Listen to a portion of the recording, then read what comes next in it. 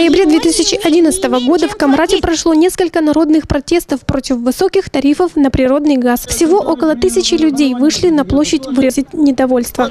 По словам митингующих, действующие тарифы на услуги, в частности тарифы на тепло, на сегодняшний день не соответствуют заработным платам и пенсиям. Жизнью и ценами недовольна. Чем довольна? Как я могу, пенсионерка на 800 лей, прожить сегодняшним днем? Разве можно прожить? Нет. Нет. Горит газ, красная, воруют они газ и повышают цены. Вот. Мы хотим, чтобы цена была нормальная и газ не воровать, пустить нам голубой газ. Сколько лет, всю жизнь я здесь, они выходят на обман людям. Только закрывают, чтобы закрыли глаза. Они не говорят то, что надо делать.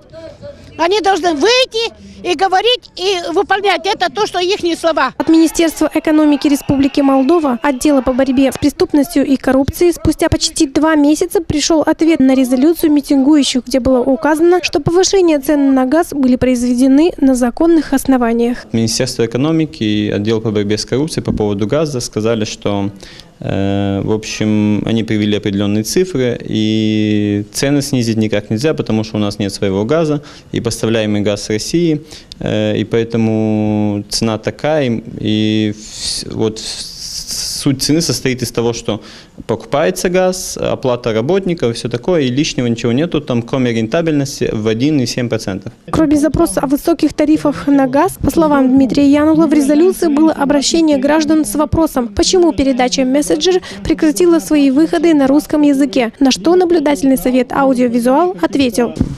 Единственный удовлетворительный был ответ только от компании «Аудиовизуал». Они сказали, что все-таки была поставлена передача «Мессенджер» на русском языке в 10 часов. Что касается повышения цен на электроэнергию, Министерство экономики прокомментировало следующим образом. Поднялся тариф на импортируемую энергию, теплоэлектростанции работают на газу. При подъеме цен на газ, соответственно, поднялась цена и на электроэнергию.